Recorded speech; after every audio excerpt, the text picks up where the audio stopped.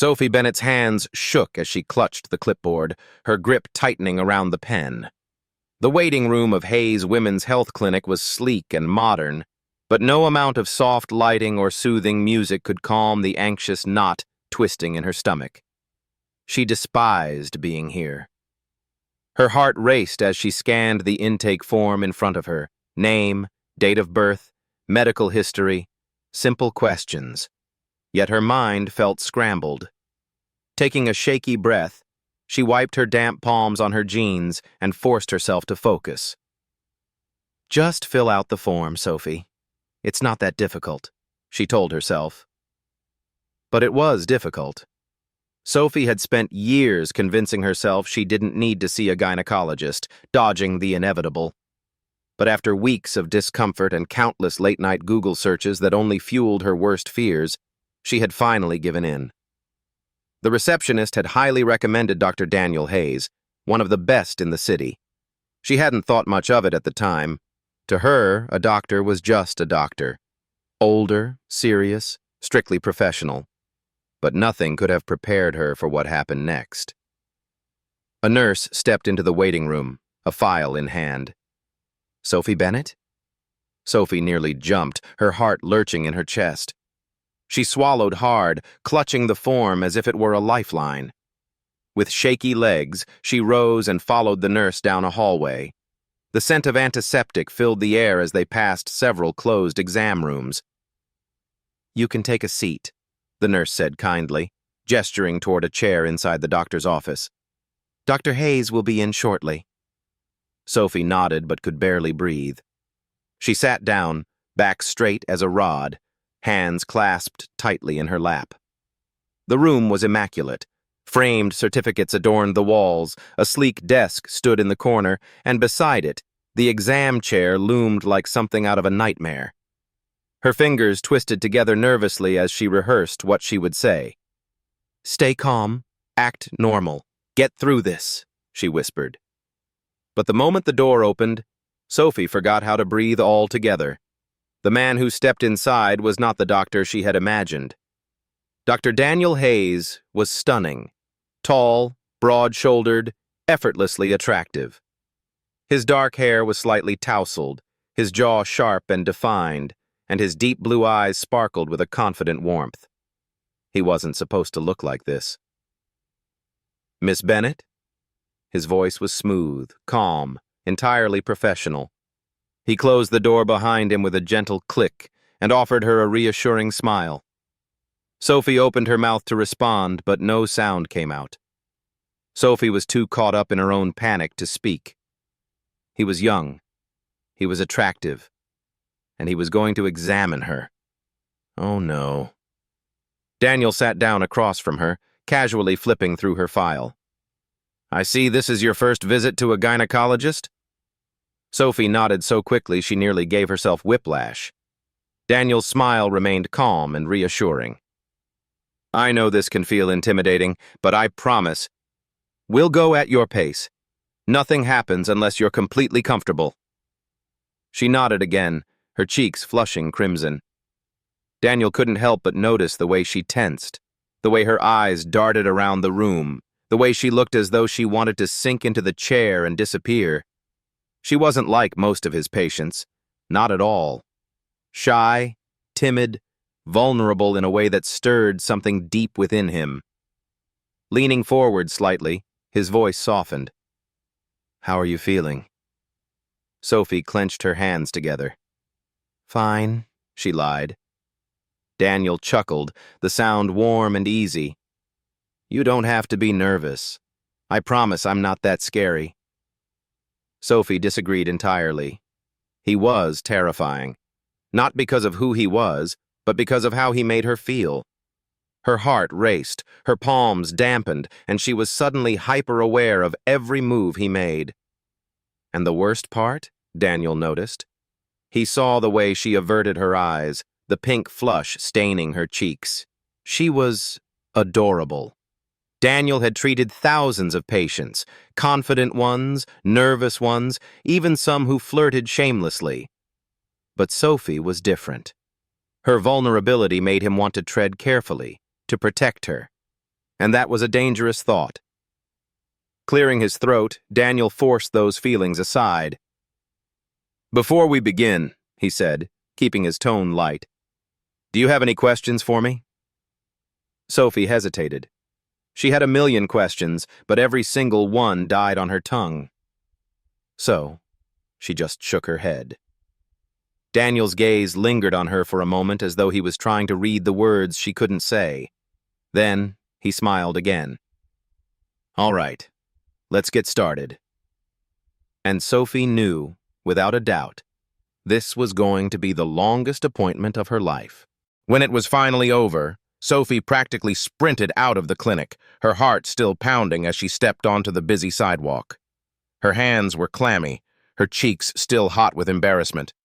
She had never felt so out of place in her entire life. Dr. Daniel Hayes was too much, too handsome, too charming, too intimidating. And the worst part? He had been kind, gentle, understanding, which somehow made it all so much worse. Sophie couldn't even be angry at him. She was angry at herself, angry at how her stomach had flipped when he spoke to her, angry at how her skin tingled when he reached out to shake her hand, angry at how she had nearly melted into a puddle on the floor just from looking at him. There was no way she could go back, not in a million years, but fate, as always, had other plans. For the next 2 weeks, Sophie ignored every call from the clinic. Her prescription needed adjusting? Didn't care. A follow-up was necessary? Not happening. But then her symptoms started to worsen, and no amount of avoiding the problem was going to make it go away, which was how she found herself back in that same waiting room, clutching the arms of the chair like they were a lifeline. This time, she silently prayed that maybe, just maybe, she'd get a different doctor. Someone older, someone boring, someone who wouldn't make her brain short-circuit. But of course, life had other plans. The moment the nurse called her name and led her back to the office, the person waiting for her was once again Dr. Daniel Hayes, and he looked as unfairly good as ever. Daniel looked up from the file when she stepped in. His smile was warm, a little too warm. "Sophie," he said, closing the folder, "I was starting to think you were avoiding me." Her breath caught in her throat. He noticed. Sophie's stomach twisted as she quickly took a seat, eyes fixed on the floor. I wasn't," she stammered, lying through her teeth. Daniel leaned forward slightly, resting his arms on the desk. His expression was gentle, amused, but also curious. "You missed your follow-up," he said softly. "And when we tried calling, you didn't answer." Sophie felt like she was going to pass out. I got busy," she mumbled. Daniel didn't believe her for a second, but he let it go. Instead, he studied her closely, noticing the way she fidgeted with the hem of her sleeve, the way her shoulders were tense and stiff. She was nervous. She had been nervous the last time, too. And for some reason, knowing that made something inside him soften. He'd seen thousands of patients, but none like Sophie Bennett.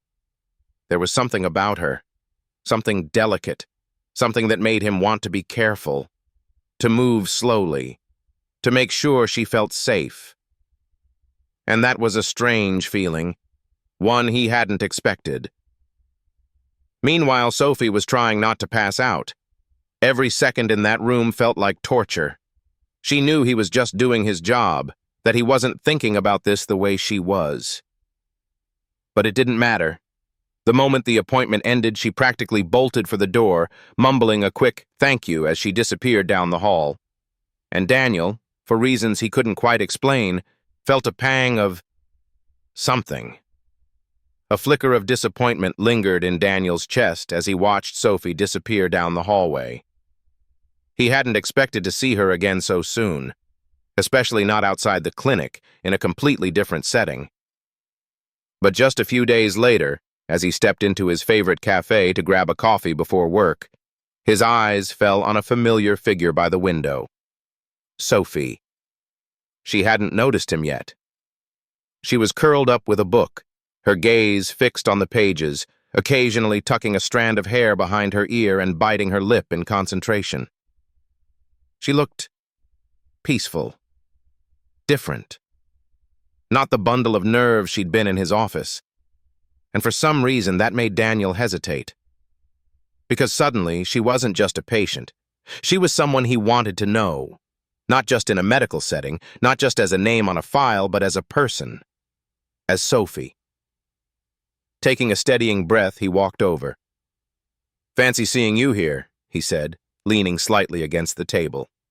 Sophie froze mid-sip, her eyes widening as she looked up. For a moment, she just stared at him like her brain was still catching up to what was happening. Then, she choked on her coffee. Daniel tried, and failed, not to laugh.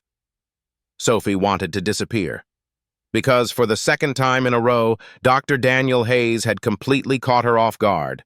Her fingers tightened around her coffee cup, her heart still racing from the shock of seeing him outside the clinic. She had barely recovered from her last encounter, and now here he was, standing in front of her, impossibly composed. His sharp blue eyes glinted with amusement. Hi, she stammered, wiping her mouth with the back of her hand. Daniel chuckled, sliding into the seat across from her without waiting for an invitation. "I had no idea you came here," he said, glancing around the cafe. "This is my usual spot." Sophie swallowed hard, trying not to panic. This was not where she expected to see him again, outside of a medical setting, just casually sitting across from her as if this was perfectly normal. I like the quiet," she mumbled, hoping he wouldn't notice how nervous she was. Daniel's smile softened. "Me too."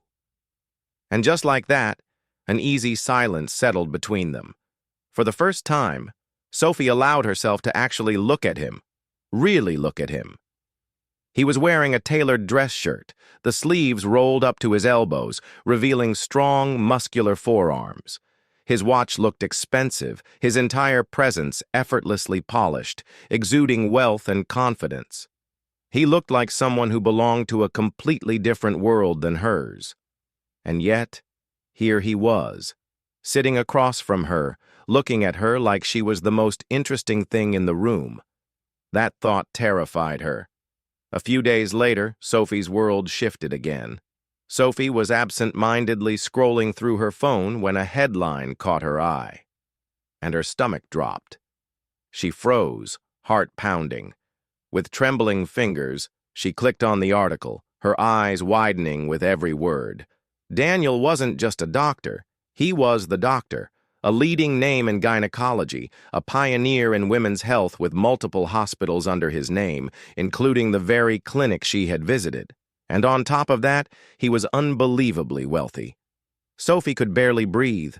It wasn't just that he was successful, it was that she had been so completely naive. She had let herself believe, even for a moment, that he was just a regular guy.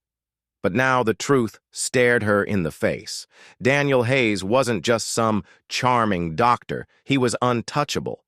And she was just Sophie Bennett, an ordinary girl with an ordinary life, struggling to pay rent, trying to figure things out one day at a time.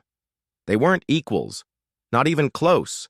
And the sooner she accepted that, the better. Daniel noticed the change immediately. Sophie was avoiding him.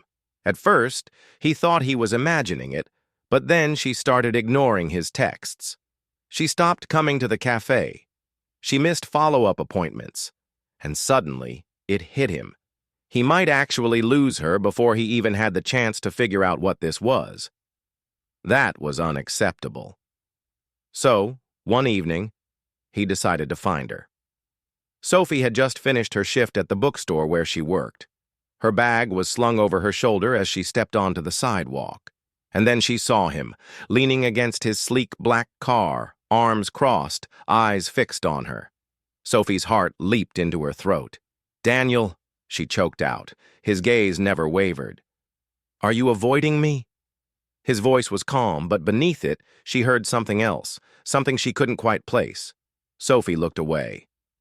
"I've just been busy." Daniel exhaled, stepping closer. "Sophie," he said, his voice softer now. "Don't lie to me." Sophie's hands clenched into fists. "Why does it matter?" she asked, her voice shaking. "You're you, and I'm me.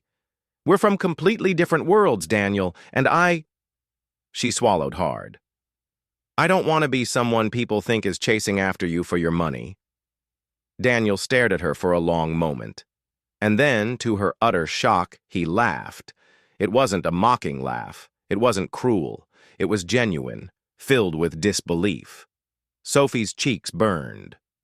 "Why are you laughing?" Daniel shook his head, his expression softening. "Because, Sophie," he murmured, stepping even closer, "I think you're the first person in my life who's ever run away from me because of my money." Sophie's lips parted, but no words came out, because for the first time she saw it, the exhaustion in his eyes, the way he looked at her, not as a doctor, not as a millionaire, but as a man. Daniel was simply trying to understand her, and suddenly Sophie wasn't so sure about running anymore. Sophie tried everything to keep her distance from Daniel. She avoided the cafe. She turned down his invitations, first politely, then more firmly. She ignored his texts, checking up on her, even though each one made her heart ache with guilt. But no matter how hard she tried to shut him out, there was one thing she couldn't ignore: herself. Because every time she saw his name flash across her phone, her fingers itched to respond. Because every time she walked past the clinic, she had to force herself not to glance inside. Because every time she closed her eyes at night, she saw his face, heard his voice, felt the warmth of his presence, and that terrified her. Because Daniel Hayes wasn't just someone she could fall for, he was someone she could lose herself in, and that was even scarier than the idea of him walking away. So Sophie did the only thing she knew how to do. She ran. But Daniel didn't give up so easily. At first, he gave her space. He let her have time to process, to come to terms with whatever this was between them. But as the days stretched into weeks, and Sophie still refused to let him in, he knew he had to do something. So he stopped chasing her. Instead, he simply showed up, not in some grand, dramatic way, but in small moments. At the bookstore where she worked, where he would occasionally drop by, pretending to browse while striking up casual conversation. At the cafe where he would sit in his usual spot, a quiet, steady presence in her periphery. Never pushing, just being there. And slowly, it worked. Sophie stopped avoiding him. She stopped making excuses. And one day she even found herself laughing at something he said, a real, genuine laugh. For the first time in weeks, Daniel saw a crack in her walls.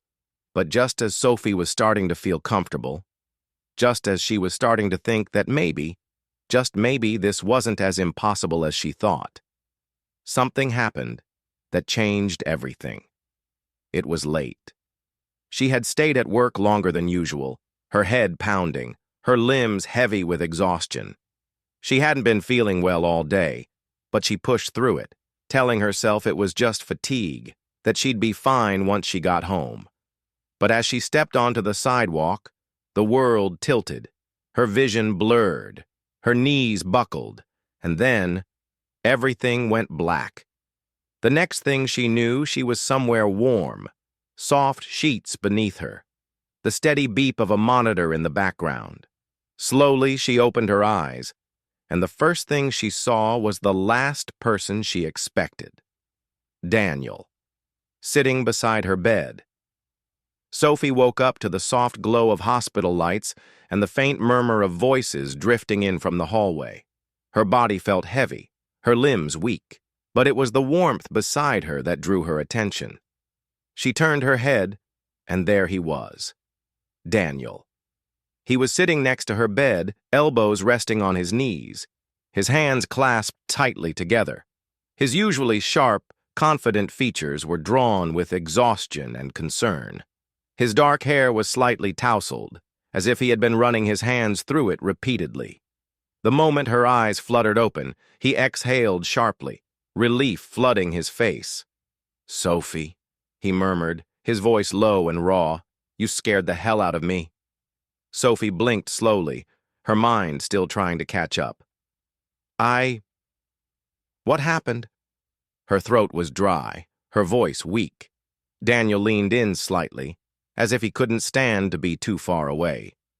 "You collapsed on the street," he said, his jaw clenched tight. "You had a high fever.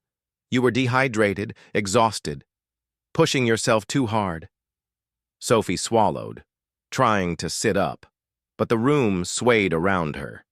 Immediately, Daniel was there, his hand steadying her, supporting her.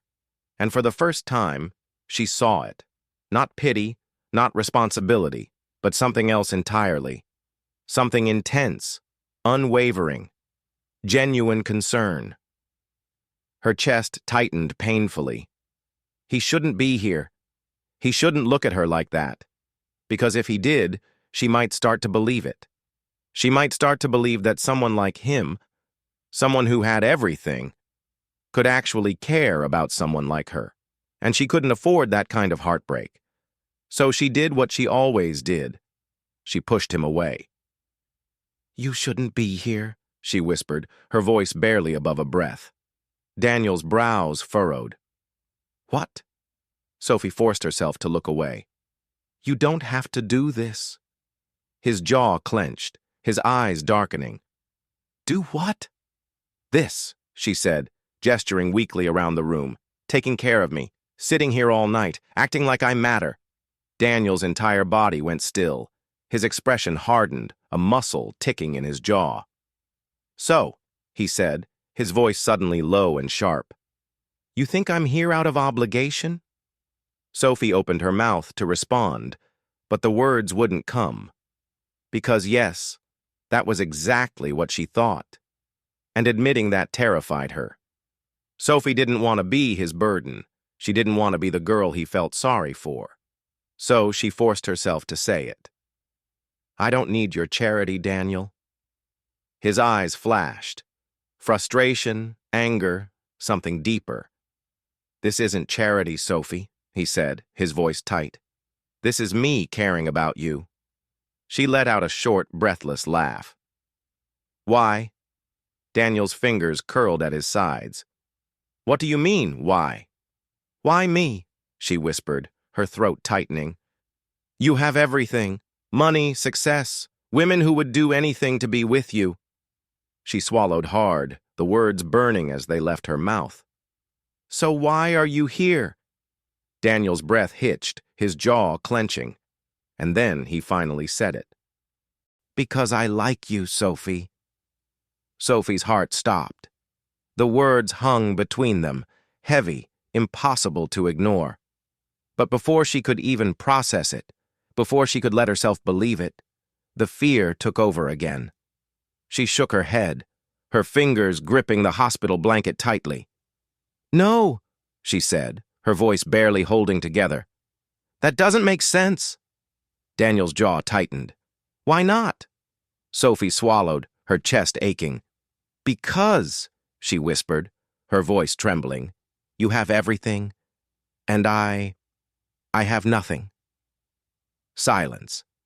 Daniel's gaze never wavered.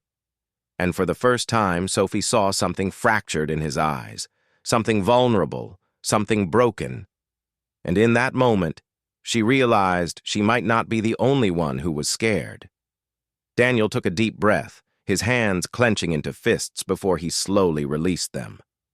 For a long, tense moment, he didn't say anything. He just looked at her, his blue eyes searching, conflicted. Then he spoke. "You think I have everything," he murmured, his voice steady but soft. "That my life is perfect, that I don't know what it feels like to be not enough?" Sophie frowned, her throat tight. "Isn't it?" Daniel let out a short, bitter laugh, shaking his head. "No, Sophie, it's not." She stared at him, surprised by the sharpness in his tone. She had always seen Daniel as someone untouchable, successful, wealthy, confident. But now, for the first time, she was seeing something else. Something raw. Something real. I wasn't always like this, Daniel continued, rubbing his hands together absently. I didn't grow up rich. My parents worked hard, but we struggled. I put myself through med school with scholarships and part-time jobs. Sophie held her breath, watching as he spoke, not with his usual confidence, but with a quiet honesty that made her heart ache. When I finally became a doctor, when I started making real money, I thought I'd made it. I thought, this is it. I've done everything right. His voice dropped lower, eyes shadowed. And then I met someone. She was beautiful, smart. Everything I thought I wanted, Daniel said, his jaw tightening. And she said she loved me. Sophie already knew where this was going, but she couldn't stop herself from whispering, "What happened?" Daniel let out a slow, measured breath. "She didn't love me," he said, voice soft but edged with bitterness. "She loved my money." Sophie's chest tightened painfully. Daniel's gaze shifted to hers, his expression unreadable. "I found out she was seeing someone else behind my back. That everything she said to me, everything we had, was just an act." Sophie sucked in a sharp breath. She didn't know what to say, because this wasn't the Daniel Hayes she had imagined. This wasn't the perfect, confident doctor. This was a man who had been betrayed, hurt, left with scars no one could see, just like her. "I haven't really let anyone in since then," Daniel admitted, rubbing the back of his neck. "I keep telling myself I don't need to, that it's easier this way." He looked up at her then, his gaze burning into hers. "But then I met you." Sophie's heart stopped. Suddenly, everything else disappeared. The hospital room, the past, the fear. It was just him and her and the unspoken truth hanging between them. Sophie swallowed, her voice barely a whisper. "Daniel?" He shook his head. "Number, let me finish." He stepped closer, closing the space between them, his eyes never leaving hers. Sophie's throat tightened.